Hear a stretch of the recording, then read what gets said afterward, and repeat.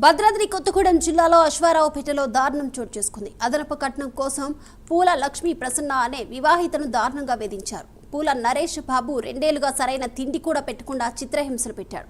ఈ చిత్రహింసలు తాళలేక అనుమానాస్పద స్థితిలో మృతి చెందింది. తల్లిదండ్రులకు ఫోన్ చేసి మెట్లపై నుండి కింద పడిందని, రాజమండ్రి ఆసుపత్రిలో చేర్పించామని ఫోన్ చేశారు. దీంతో తల్లిదండ్రులు వెళ్లి చూడగా లక్ష్మీ ప్రసన్న మృతి చెందింది.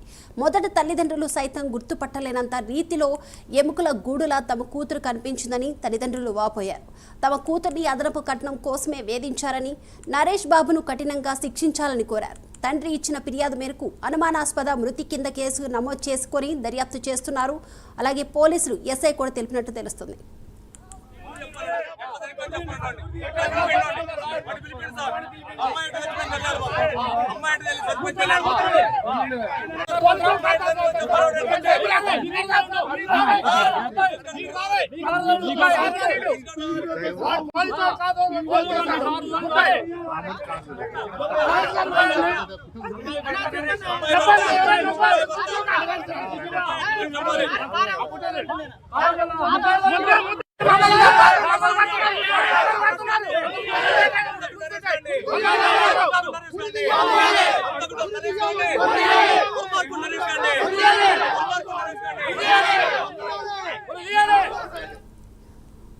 రైట్, అశ్వారావుపేటలో ఒక దారుణం జరిగింది.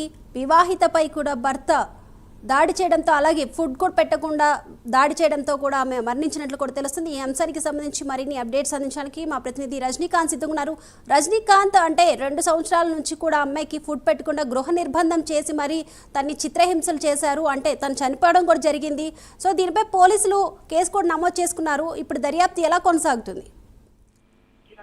దీపిక, భద్రాద్రి కొత్తగూడెం జిల్లా అశ్వారావుపేట నియోజకవర్గ కేంద్రంలో వివాహితకు భర్త, ఆడబిడ్డ భర్త ముగ్గురు కలిసి 2 సంవత్సరాలుగా భోజనం పెట్టకుండా ఇంట్లో గదిలో నిర్బంధించి ఆమె చావుకు కారణమయ్యారంటూ వివాహిత సంబంధించిన పూల లక్ష్మీ ప్రసన్న సంబంధించిన తల్లిదండ్రులు కూడా అశ్వారావుపేట పోలీస్ స్టేషన్ లో నిన్న కేసు నమోదు చేయడం జరిగింది. కేసు నమోదు చేయడం తర్వాత ఈ నాటకీయ పరిణామాల మధ్య వివాహిత అనుమానాస్పద స్థితిలో మృతి చెందిందంటూ మాత్రం పోలీసులు కూడా కేసు నమోదు చేశారు. దీనికి సంబంధించింది ఖమ్మం జిల్లా కల్లూరు మండలం సంబంధించిన కాన్పేట చెందిన పూల నరేష్ కు, దాంతో పాటు విశ్వనాథపురం, అదే మండలం విశ్వనాథపురంకు చెందిన లక్ష్మీ ప్రసన్నకు 2015లో వివాహం జరిగింది. వివాహ సమయంలో కూడా లక్ష్మీ ప్రసన్నకు ఈ 2 ఎకరాల మామిడి తోటతో పాటు 10 లక్షల కట్నం, 10 లక్షల సుమారు 10 లక్షల కట్నంతో పాటు మరో 10 లక్షల రూపాయలు విలువ చేసిన బంగారు ఆభరణాలు కూడా పెట్టి ఆమెకు ఘనంగా వివాహం చేశారు. అనంతరం 6 ఏళ్ల పాటు లక్ష్మీ ప్రసన్న, దాంతో పాటు ఇద్దరు పూల నరేష్ కూడా అత్తగారి ఇంటి వద్దే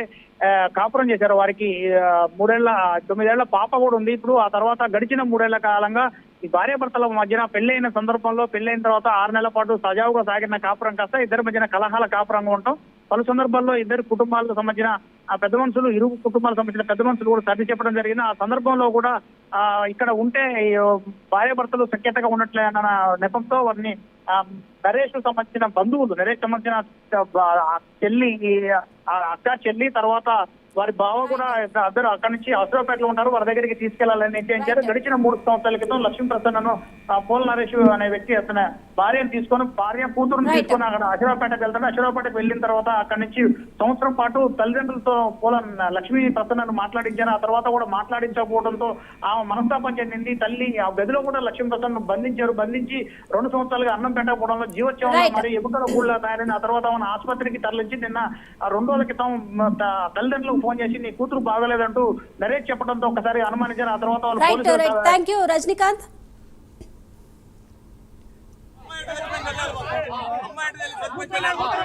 పాపని 2015లో మ్యారేజ్ చేశానండి. ఈ నరేష్ బాబు అని ఆయన కల్లూరులో ఉంటున్నారు. అప్పుడు వాళ్ళ కృష్ణమూర్తి కల్లూరు అడ్ రోడ్లో వాళ్ళ నివాసం. అప్పుడు ఆయన ముత్తూట్ ఫైనాన్స్లో చేస్తున్నారండి. అది కల్లూరు మండలం విశ్వనాథపురం. మా అమ్మాయిని మాట్లాడి పెళ్లి చేసినాం. పెళ్లి చేసిన కాడ నుంచే టార్చర్ మొదలైందండి. కాకపోతే ఓపే చేసుకుంటాం, అతను డబ్బులు మనసులు కొద్దిగా నాకు పోతే కాపురం చక్కబడిద్దేమో, పిల్లగాలుగా అనుకుంటే వాళ్ళే కుటుంబం ఏర్పడతారని నేనే ఓపే చేసుకుంటా, డబ్బులు ఎంతైనా కనిపించుకుంటా ఓపే చేసుకుంటూ వచ్చామండి. పాపకే కానుక వచ్చిందండి, ఆడపిల్ల పుట్టిందని మళ్ళీ టార్చర్ మొదలైందండి. పిల్ల ప్రెగ్నెంట్గా ఉన్నప్పుడు మా అమ్మాయికి అసలు వైద్యం చేయించకుండా మా ఇంటికి పంపించేశారండి. ఈయన పూర్తిగా వైద్యం చేయించి సంవత్సరం పాటు ఆ దగ్గర ఉంచుకొని 3 సంవత్సరాలు పాప 3 సంవత్సరాలు వచ్చిందాక ఆడపిల్ల పుట్టిందని టార్చర్తో మా ఇంట్లో వదిలేశారండి. అయినా సరే బాధ్యతతో నేనే పెంచుకున్నాను. పూల నరేష్ బాబుతో 2015లో మ్యారేజ్ అయిందండి. ఇప్పటికి 10 సంవత్సరాలు అవుతుంది. 3 సంవత్సరాల క్రితం 3 సంవత్సరాల తర్వాత పాప పుట్టాక ఆమెకి ఆడపిల్ల పుట్టిందని పుట్టింటి పంపించేశారు. పంపిస్తే వాళ్ళ నాన్నగారు వెంకటేశ్వర గారు ఏం చేసిందంటే 2 ఎకరాల భూమి రిజిస్ట్రేషన్ చేసి ఆ అమ్మాయికి 10 లక్షల డబ్బులు ఇచ్చి భరణం కింద ఇచ్చి పంపించండు.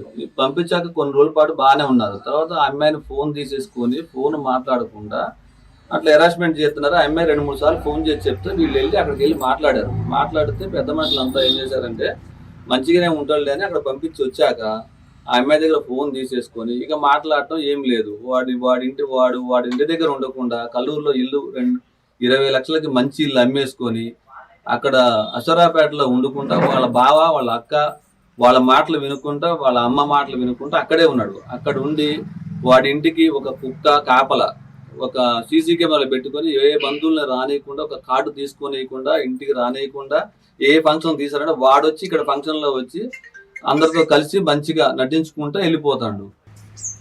తనని గృహహింస చట్టం కింద బాగా ఇబ్బంది పెట్టారండి. ఒకరోజు మేము వెళ్ళాం, నేను మా వారు, మా చెల్లి అవుతుంది, చూస్తామని వెళ్తే వాళ్ళ అత్తగారు గేటుకి తాళం వేశారు. వేస్తే ఆ గేట్ తన్నాను నేను, తలుపు తీయకపోయేసరికి గట్టిగా తంతా అప్పుడు వచ్చి ఆమె గేట్ తాళం తీసిన తర్వాత ఏంటి ఎందుకు వచ్చారు మీరు అని అడిగింది మమ్మల్ని.